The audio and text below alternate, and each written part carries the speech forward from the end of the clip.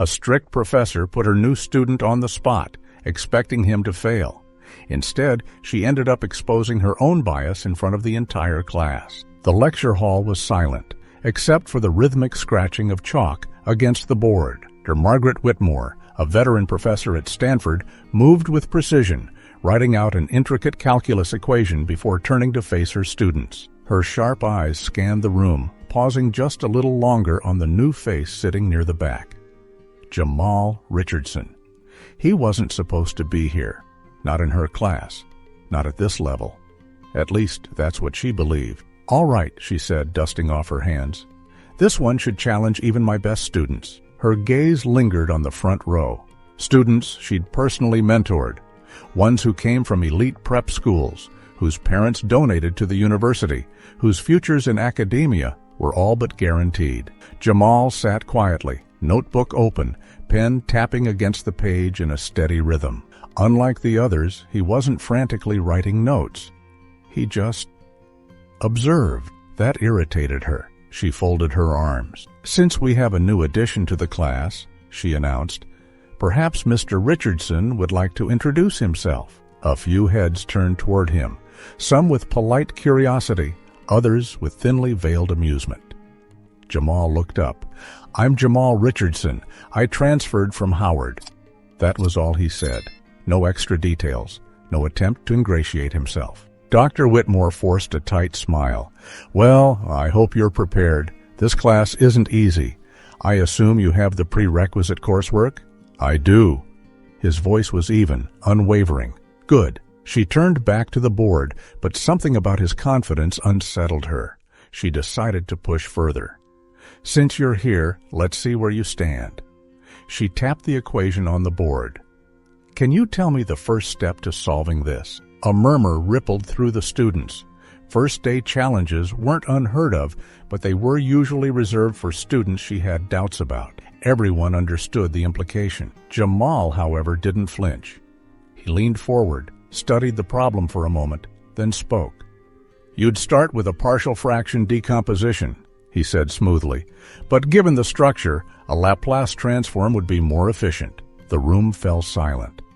Dr. Whitmore's fingers curled slightly. That was correct. Not just correct, insightful. Most students would fumble through a basic decomposition. He skipped straight to an advanced method without hesitation. Still, she wouldn't be thrown off that easily. "An unconventional approach," she said carefully. "But let's not get ahead of ourselves. We'll see if your methods hold up under pressure." She turned back to the board, but the damage had been done. The class had noticed. Some students exchanged glances. A few whispered under their breath. She needed to reassert control. "All right," she said briskly. "Let's move on." But as she continued the lecture, a thought lingered in the back of her mind. This wasn't over. But Jamal knew it too. And he was ready. Dr. Whitmore moved on, but her mind was still on Jamal. His answer had been too quick, too precise. She had seen students like him before, the ones who came in thinking they were special, thinking they could shake the foundation of her class. Not this time. She scanned the room as she continued the lecture, her eyes flicking back to him every so often. Jamal sat with the same quiet confidence, pen tapping lightly against his notebook. He wasn't showing off, wasn't smug, wasn't even trying to prove anything. That bothered her more than it should have. She adjusted her glasses and turned toward the class. "All right, let's see if you've been paying attention. Who can tell me the significance of this transformation in real-world applications?" Hands shot up, mostly from the front row, the usual students. She ignored them. "Mr. Richardson?" Jamal looked up from his notes. A few students turned to watch. She had called on him again, 2 times in the first 20 minutes of class. That wasn't normal. Jamal set his pen down. "It's used in signal processing, engineering models, and differential equations. But in this case, you're using it to simplify an otherwise complex integral." Her jaw tightened. That was right. She nodded stiffly and turned away. Moving on. She didn't acknowledge his answer. Jamal just exhaled and leaned back in his chair. He had seen this before. Professors who expected him to struggle, who pushed him harder than everyone else, waiting for him to slip up. He had spent years navigating these moments, and he knew exactly what this was. He just wasn't going to play into it. But Dr. Whitmore wasn't done. For the next hour, she continued her lesson, peppering the class with questions. Except, more often than not, the questions landed on Jamal. "Mr. Richardson, why don't you walk us through this proof? Mr. Richardson, do you think that's the most efficient method? Mr. Richardson, can you explain why that approach wouldn't work?" By the third time, the pattern was impossible to ignore. A few students exchanged glances, some smirking, others shifting uncomfortably in their seats. Even those who had been amused at first started to realize what was happening. Jamal, however, didn't react. He answered each question without hesitation, without a trace of frustration. If anything, he seemed unbothered. And that infuriated her. By the end of class, she was no closer to catching him off guard than when she started. She capped her marker and turned to face the students. "We'll pick up from here next time. Read chapters 4 and 5 before Monday." Chairs scraped against the floor as students gathered their things. A few lingered, whispering to each other. Jamal slid his notebook into his bag and stood. As he reached the door, Dr. Whitmore's voice stopped him. "Mr. Richardson?" He turned. She folded her arms. "You seem prepared." For someone who transferred in late, Jamal met her gaze, unreadable. "I study." A pause. She didn't like that answer. "Well," she said, her tone cool, "let's hope you can keep up." And then she turned away, dismissing him as if the conversation had already ended. Jamal didn't say anything. He just nodded once and walked out. But she wasn't the only one watching. Someone else had noticed. And soon she was going to regret underestimating him. The next class was packed. Word had spread. Dr. Whitmore had singled out Jamal, and he hadn't flinched. Now, students were curious. Was she going to try again? Would he slip up? Or was there something different about him?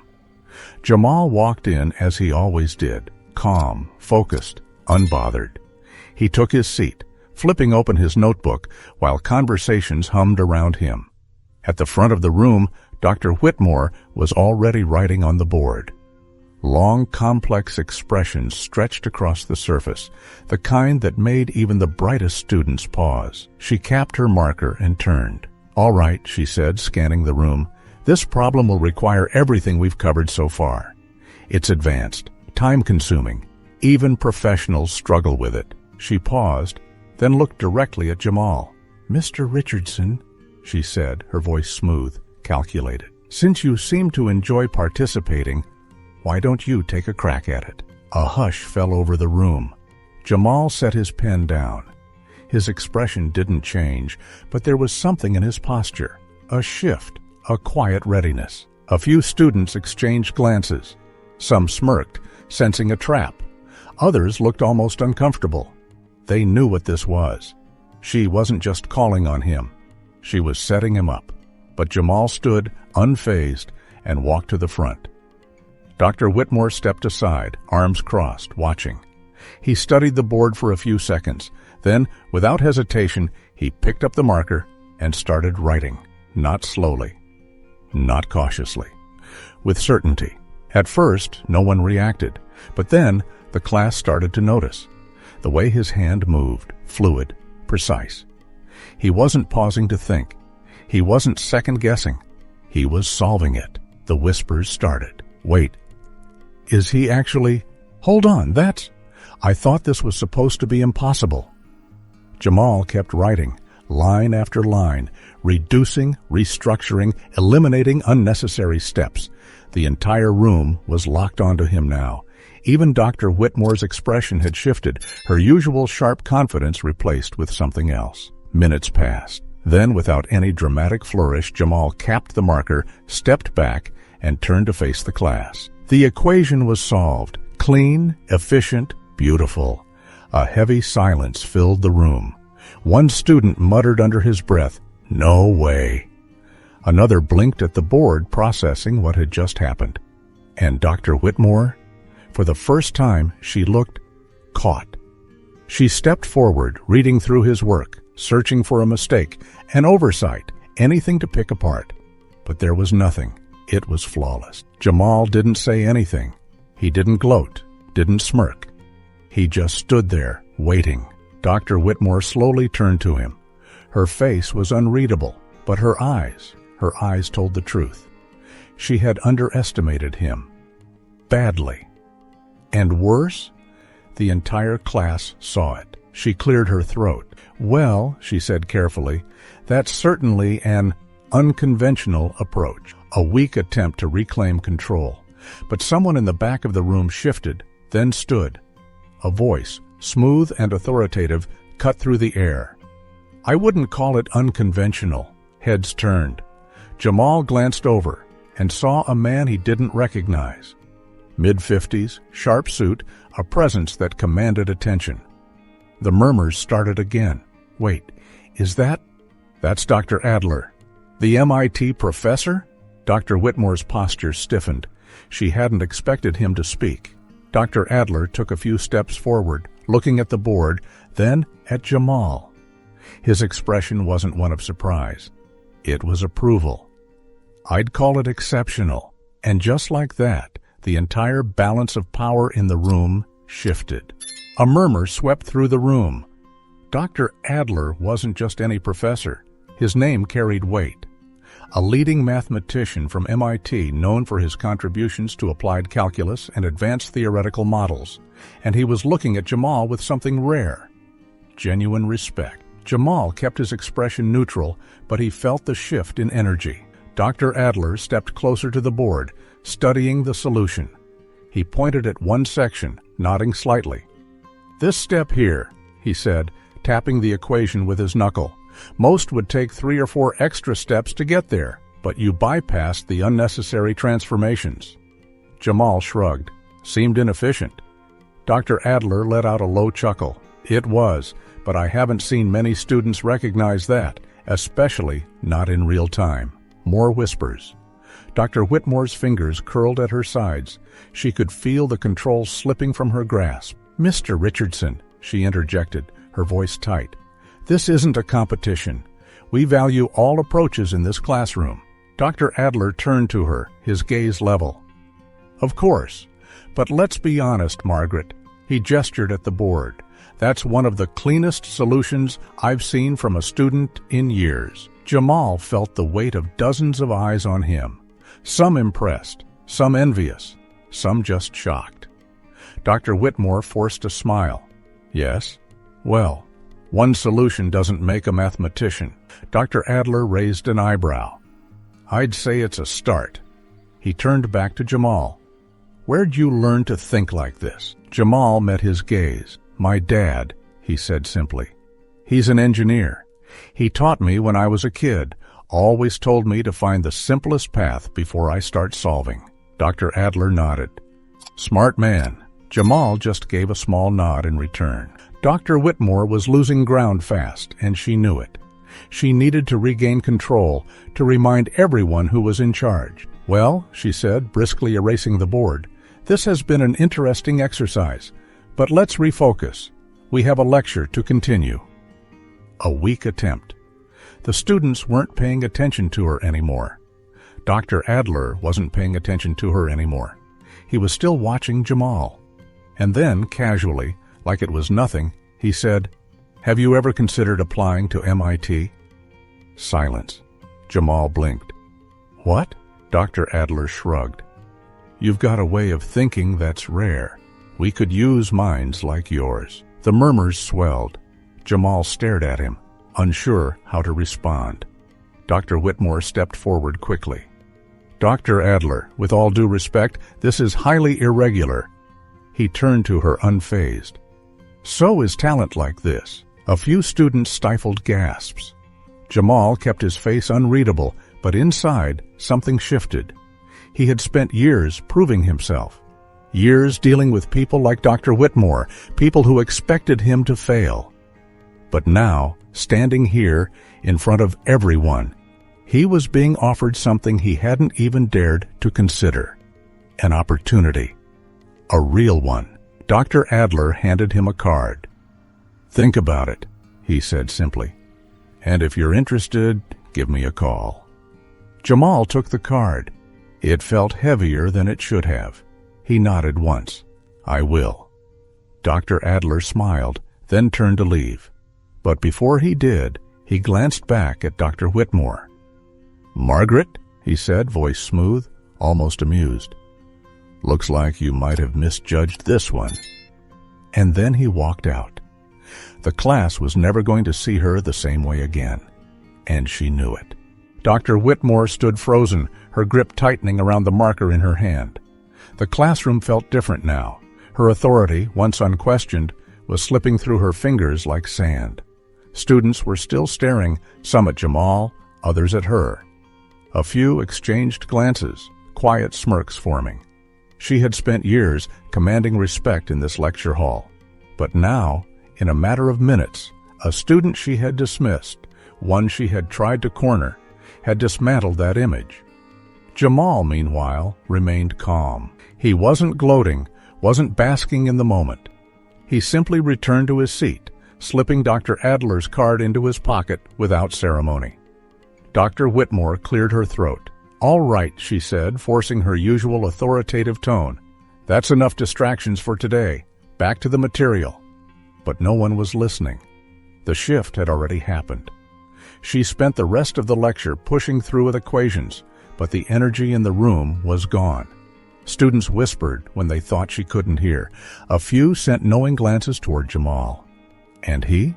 He just sat there, composed, focused, unbothered. That irritated her more than anything. By the time class ended, she dismissed them with a clipped, "See you next week," before turning swiftly toward her desk. She expected Jamal to leave like the rest of them, but he didn't. He walked toward her desk, waiting until the last student had filtered out before speaking. "Professor?" She glanced up, her face still stiff. "Yes, Mr. Richardson?" He studied her for a moment. Then, in a tone that was calm, too calm, he said, "I know what you were trying to do." Her expression didn't change. "Excuse me?" "You wanted me to fail," he said simply. "You kept pushing, kept waiting for me to slip up, but I didn't." Her jaw tightened. "You're imagining things." Jamal tilted his head slightly. "Am I?" She held his gaze, and for the first time in years, she felt something she wasn't used to in her own classroom. Unease. Jamal exhaled through his nose, then shook his head. "I've dealt with this before, Professor. People expecting me to be less than I am. Acting surprised when I'm not." Her fingers curled slightly against the desk. He slid his bag over his shoulder. "You know what the difference is this time?" She didn't answer. He leaned in slightly, his voice lower. This time, people saw it. And with that, he turned and walked out, leaving her sitting there, still gripping her marker like it was the last thing tethering her to control. For the first time in years, she wasn't the most respected mind in the room, and she hated that more than anything. Dr. Whitmore sat in silence long after the door closed behind Jamal. The classroom, once a space where her word was final, now felt smaller. The truth was, she knew exactly what had happened. She had underestimated him, not just his intelligence, but his resilience. And the worst part? She hadn't just exposed her own biases to him, she had exposed them to everyone. The whispers wouldn't stop. Students talked. Faculty talked. And Dr. Adler? He had made sure she knew just how wrong she had been. That night, she sat in her office, fingers hovering over her keyboard. She wanted to type something, an email, an excuse, an attempt to reframe the situation. But there was nothing to say, no way to spin it. She had been wrong. And worse, she had been predictable. Meanwhile, Jamal sat in his dorm room staring at Dr. Adler's card. He flipped it between his fingers, still processing everything that had happened. He had walked into that classroom expecting to be challenged. He had dealt with people like Dr. Whitmore before. But this time had been different. This time, he hadn't just proved himself. He had been seen. He pulled out his phone and dialed. A voice picked up almost immediately. "Dr. Adler speaking." Jamal hesitated for only a second. Then, with the same quiet confidence he had carried through the entire ordeal, he said, "I'd like to talk about MIT." A small chuckle on the other end. "I was hoping you'd say that." As Jamal leaned back in his chair, a thought settled in his mind, one that had taken years to truly believe. His talent spoke for itself, and no one, not even people like Dr. Whitmore, could take that away. Because no matter how much someone tries to diminish you, the truth has a way of coming to light. And when it does, the only thing left to do is shine. If you've ever felt underestimated, doubted, or pushed aside, remember, your talent is yours. No one can take it from you. Keep pushing. Keep proving them wrong. And if you enjoyed this story, make sure to subscribe for more.